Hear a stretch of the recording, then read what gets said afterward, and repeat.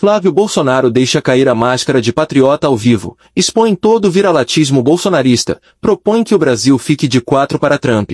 E recebe um esculacho de lavar a alma do brasileiro. Espia. Existe uma questão que está preocupando os empresários brasileiros, o setor produtivo brasileiro. A Embraer está com suas exportações ameaçadas para os Estados Unidos. O pessoal da área de suco de laranja, o pessoal da área de aço. É uma situação que está criando desespero em vários setores da economia. E o Trump está condicionando a uma interferência no poder judiciário brasileiro. Ou seja, colocando essa taxação de 50% condicionada a justamente uma mudança, inclusive na condução do julgamento no Supremo Tribunal Federal. E aí eu lhe pergunto, o país inteiro, o setor produtivo brasileiro, o setor exportador brasileiro vai ficar condicionado a isso? O senhor avalia que é correto esse tipo de interferência na soberania do país? Olha, o Camarote, eu acho que muitas pessoas, né, que tinham a capacidade de evitar que chegasse nesse ponto a situação aqui no Brasil, fizeram piadinha disso tudo ao longo do tempo. Fizeram piadinha do trabalho de Eduardo Bolsonaro lá atrás. Vocês se lembram, vocês me publicaram, repercutiram isso aqui. Havia uma piadinha dentro do Supremo Tribunal Federal de quem teria o passaporte apreendido primeiro. O próprio ministro Alexandre de Moraes usou uma metáfora... Foi visto com gravidade. Tamanha que ele está sendo investigado, o deputado Eduardo Bolsonaro. Lógico, mas é a caça às bruxas, isso o Trump tem razão. O próprio Alexandre de Moraes, o que ele falou? Eu só vou acreditar quando o porta-aviões americano chegar aqui no Lago Paranoá, em Brasília. O porta-avião americano chegou no Lago Paranoá, em Brasília, para a infelicidade de todos nós. Que o Brasil, no fim das contas... não vai ter condições de negociar. É o que o Otávio estava me perguntando, Otávio. Mas aí o senhor está justificando, Estou justificando, mas a realidade tem que ficar na realidade, do jeito que ela é. A interferência de um outro país num poder aqui do país com retaliação. Eu estou encarando a realidade, Camarote. A realidade hoje é a seguinte: o Brasil vai sentar como para negociar com alguém que está disposto a fazer qualquer coisa e que ele não tem preocupação de sanções por parte do Brasil, porque não vai afetar o país dele. Essa é a minha preocupação. Hoje nós estamos vivendo o dia do luto.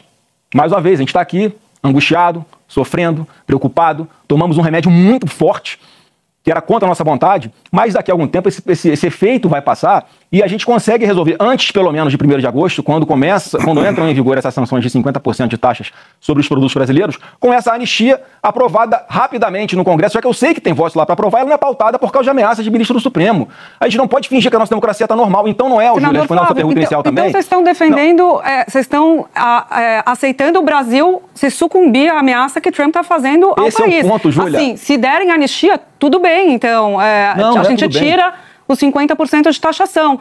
No final do dia, o discurso dos senhores é de ok o Brasil aceitar a chantagem, ok a gente aceitar a interferência no Poder Judiciário, ok o Brasil perder emprego e parar de exportar, se a gente tiver o que a gente quer, que é a anistia. Quer dizer, de novo a gente volta para a mesma discussão. É a defesa de um interesse de um grupo político em troca do interesse maior do Brasil. Ô, Júlio, eu vou tentar ser mais claro. Você sabe o que é um contrato de adesão? Contrato de adesão é aquele que você, quando vai comprar uma linha de telefone celular, você assina lá com a operadora. Você pode discutir alguma cláusula daquela que está ali? Não pode. Ou você adere àquele contrato, ou você assina, ou você não assina, você vai buscar, ou vai falar no orelhão. Por causa dessa postura do Lula hoje, de querer peitar os Estados Unidos, de querer ameaçar, de querer falar que vai taxar de volta os produtos, olha a insanidade do que esse cara está falando. Parece que ele quer tocar fogo no Brasil de uma vez. A democracia brasileira não é um contrato de adesão, mas eu tô senador. falando, Júlia, mas o problema, mais uma vez, pelo amor de Deus, não é o que eu acho, não é o que você acha, não é o que seria o ideal, não é o que é justo, é o que é. E é isso que a gente está enfrentando hoje. Se nós não resolvemos aqui internamente esse problema, as sanções virão. E quanto mais demorarmos a resolver, mais tempo elas durarão. Ou então elas serão aumentadas. Estava dando o exemplo de um país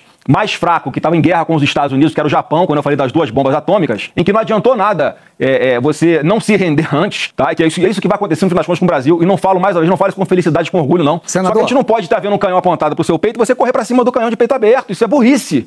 Parece que o senhor está defendendo a bomba atômica no Brasil. Não tô, mas não tô. Por que o seu pai, na eleição lá do Biden, ele falou quando acaba a saliva, tem a pólvora? Foi quase uma declaração de guerra. O que mudou no poderio? Ele não tinha medo? Não existia esse temor? Aliás, falar em declaração dos seus pais, os senhores acusam Lula de anti-americanismo, a esquerda de anti-americanismo. Eu vou ler algumas declarações do seu pai enquanto deputado. Ele dizia o seguinte, ele foi numa viagem à Amazônia e disse assim: chegou a meu conhecimento que um capitão norte-americano que faz parte do 8º Grupamento das Forças Especiais dos Estados Unidos, de nome Robert Cody, está na Amazônia porque claramente há interesse norte-americano em internacionalizar a Amazônia. Depois ele diz que nessa viagem a preocupação demonstrada foi com a cobiça internacional, principalmente dos Estados Unidos. Um discurso anti-americano. E depois o Bolsonaro também em discurso. Isso não é entrevista, roda de conversa, não. Isso é no plenário da Câmara, está nos anais da Câmara. Então ele diz assim: quanto mais tempo ficamos sem saber o que temos dentro da Amazônia, melhor será para os países do primeiro mundo, em especial os Estados Unidos. Então ele acusa os Estados Unidos de tentar roubar a Amazônia do Brasil, vê os Estados Unidos como inimigo. Então, por que houve essa mudança de um país ameaçador para um país no qual nós devemos baixar a cabeça e cumprir o que Trump quer? Em que contexto isso aconteceu? O contexto, ele foi uma viagem, ele foi convidado para uma viagem para a Amazônia e chegou na Câmara e denunciou essa infiltração de um oficial americano, um discurso anti-americano, que vocês acusam Lula de fazer. Não, você está distorcendo as coisas. Desculpa, Otávio. Senador, eu queria voltar ao tema específico. Sim. O senhor estava falando da anistia, aprovação do projeto da anistia, e aí que teria uma reversão das tarifas do Trump. O senhor está sugerindo exatamente uma troca? Seria isso, trocar a taxação pela anistia, pelo Congresso Nacional? Mas o senhor acha isso pertinente? Não, mais uma vez, é a realidade. Ele começa a carta dele falando da perseguição, da caça às bruxas ao Bolsonaro, aos seus aliados, à sua família, o que é um fato. Eu quero fazer a pergunta para quem está nos assistindo. Você acha que o presidente Jair Bolsonaro está respondendo a um julgamento isento, sendo julgado por Alexandre de Moraes depois de tudo que ele fez, sendo julgado por Flávio Dino ou pelo próprio Zanin? Então, assim, esse é um julgamento injusto. Se o Bolsonaro tivesse com 3% nas pesquisas, não tinha ninguém falando de Bolsonaro. Agora, como ele está liderando essa preocupação toda, eu só quero aqui aproveitar o espaço para falar que não tem que ter medo de Bolsonaro, tem que respeitá-lo e respeitar o eleitor de escolha quem ele quiser para comandar o nosso Brasil. É justamente um setor importante de quem votou no ex-presidente Jair Bolsonaro, pode citar o agronegócio, o setor produtivo.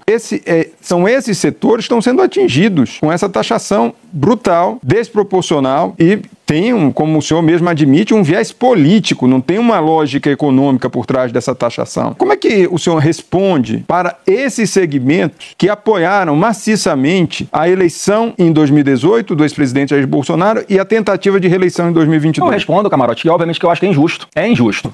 Agora, mais uma vez, a gente tem que resolver. E quanto antes nós resolvermos, melhor. Por isso nós temos até o dia 1º de agosto para aprovar, para começar alguma coisa, para começar a sinalizar de que o Brasil está disposto a voltar à normalidade. Então, se nós estamos aqui nesse momento discutindo como é que sai dessa enrascada, eu estou falando qual é o caminho. A gente sai dessa enrascada voltando o Brasil à normalidade, para começar. Então vamos acabar com a caça às bruxas ao Bolsonaro, que é o que a gente já tinha que fazer independente de pressão externa, que todo mundo está fingindo que nós estamos numa democracia plena só porque é contra o Bolsonaro pode. E o senhor coloca acusações muito graves contra o STF, fala do julgamento pelo qual o pai do senhor está passando, é um julgamento coletivo, não é só feito pelo ministro Alexandre de Moraes, está na primeira turma, tem outros 4 ministros analisando a questão e mais. Ainda eu não consegui entender a argumentação do senhor de que, no limite, ela aceita a chantagem em troca do benefício no Poder Judiciário, pelo Poder Judiciário, ainda mais pedindo para o Executivo fazer uma interferência indevida no Poder Judiciário. A democracia brasileira é uma democracia funcional. Ela tem separação de poderes. O julgamento do pai do senhor tem sido feito por uma lei que foi sancionada por ele, uma lei de defesa do Estado Democrático de Direito. Não cabe aqui nenhuma comparação com a Venezuela.